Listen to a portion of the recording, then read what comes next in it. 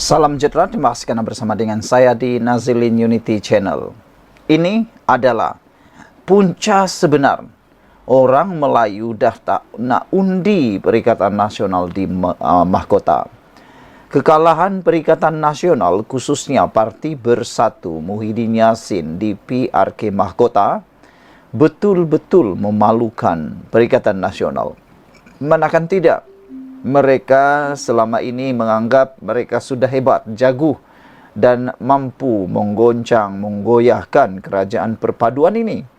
Nampaknya apa yang mereka sangka tidak kesampaian sama sekali. Bahkan mereka dimalukan di tempat sendiri dengan kekalahan teruk, di tempat di mana Muhyiddin Yassin pernah berkuasa penuh. Kalau masih ingat, Muhyiddin Yassin adalah antara menteri besar Johor paling lama dalam sejarah Johor. Sepatutnya pengaruh beliau di sana kuat. Tetapi nampaknya pengaruh Muhyiddin sudah dilupakan oleh rakyat di mahkota. Jadi, saya bentangkan kepada Anda, share video ini kepada ramai orang supaya mereka tahu. Ini punca Melayu dah tak nak undi Perikatan Nasional lagi di mahkota.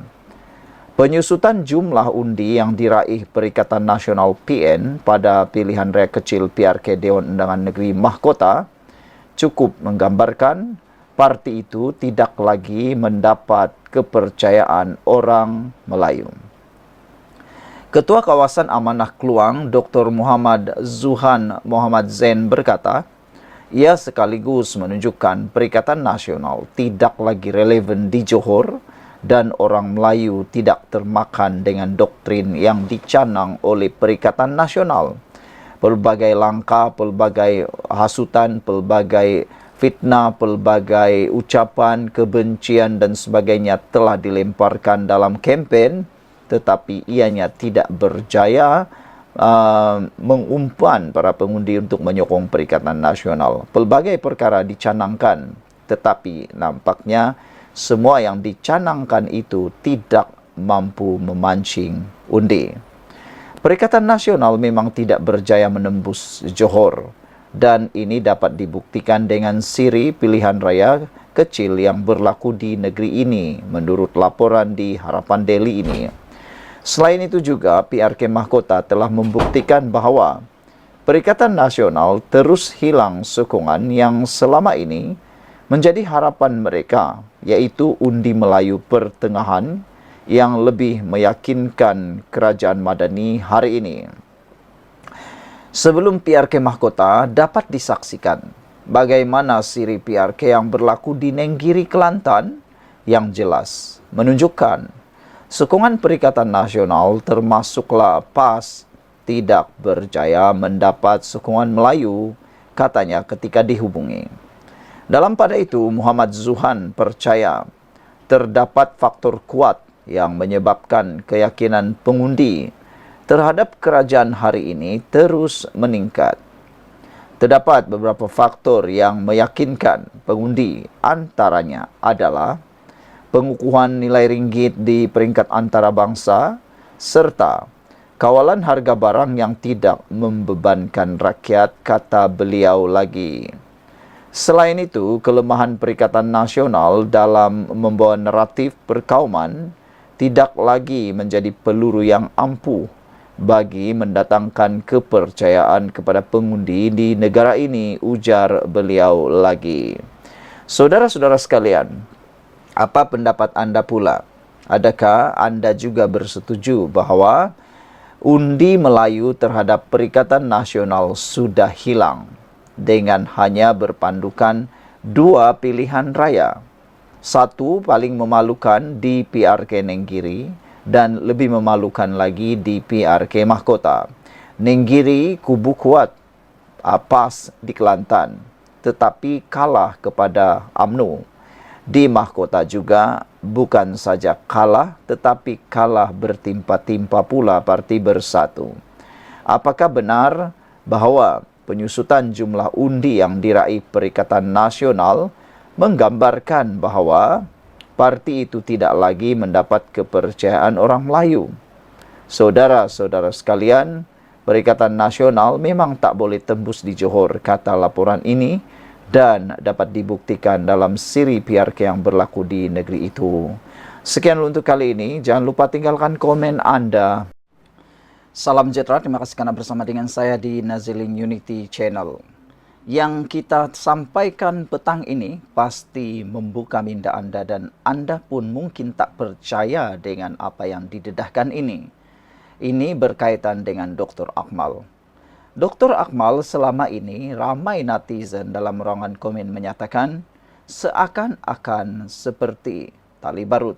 Ada juga yang menyatakan Akmal Saleh ini seakan-akan pembangkang dalam kerajaan.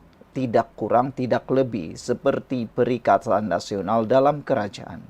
Itu komen netizen, komen penganalisis politik dan pengulas politik. Terutamanya Profesor Dr. Tajuddin. Beliau menyatakan Akmal Saleh ini kadang-kadang tak sedar diri. Dia seringkali menimbulkan kontroversi yang dia lupa. Dia juga sebagian daripada kerajaan. Yang dia hentam ialah rumah sendiri. Diketuknya rumah sendiri. Tapi pendedahan petang ini jauh lebih mengejutkan Anda apabila Lokman Adam, yaitu pengarah komunikasi UMNO, kali ini sendiri menggelar sebagai Dr. Akmal sebagai seperti jadi juru cakap Perikatan Nasional. Begitu teruknya takbiat tindakan Dr. Akmal sehingga pengarah komunikasi UMNO ini pun sendiri memberikan teguran. Jangan-jangan selepas ini Zahid Hamidi, Presiden UMNO, turut akan memberikan teguran. Jangan dilupa, jangan silap.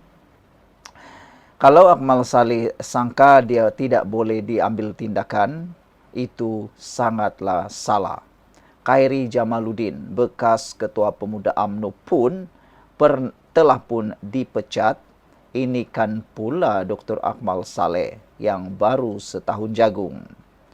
Pengarah komunikasi UMNO, Datuk Lokman Adam, mendakwa bahawa Ketua Pemuda UMNO, Datuk Dr. Akmal Saleh, menjadi jurucakap Perikatan Nasional PN dengan membangkitkan semula dakwaan pengerusi Perikatan Nasional Tan Sri Muhyiddin Yassin berkenan status 6 ahli parlimen dan ahli Dewan Undangan Negeri Adun Selat Kelang dari Bersatu yang menyokong Perdana Menteri Datuk Seri Anwar Ibrahim di pusat dan Menteri Besar Datuk Seri Amiruddin Syari di Selangor. Ada netizen ketika mendengar apa yang dinyatakan ini menyeru supaya Akmal Saleh kalau dah tak minat lagi menjadi kerajaan, cepat-cepatlah pergi pindah ke Perikatan Nasional. Mungkin di sana dia akan jadi lebih hebat dan hero, kata mereka. Kata Lokman Adam, kerja Muhyiddin makin lama makin mudah bila mana Ketua Pemuda UMNO hari ini sudah menjadi juru cakap kepada Perikatan Nasional PN. Kata Lokman, saya terpanggil menjawab juru cakap Muhyiddin ini. Saya rasa dah melampau sangat budak ini bila mana kenyataan yang dibuat oleh Muhyiddin tidak mendapat sambutan. Amat menghairankan. Akmal Saleh pula jadi jurucakap Perikatan Nasional. Din Tompok ini bukan setakat pakar lompat, katanya.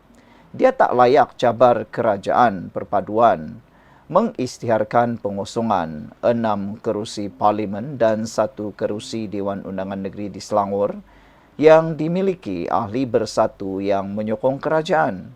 Kata Lokman dalam siaran rakaman YouTube yang turut dikongsi menerusi TikTok.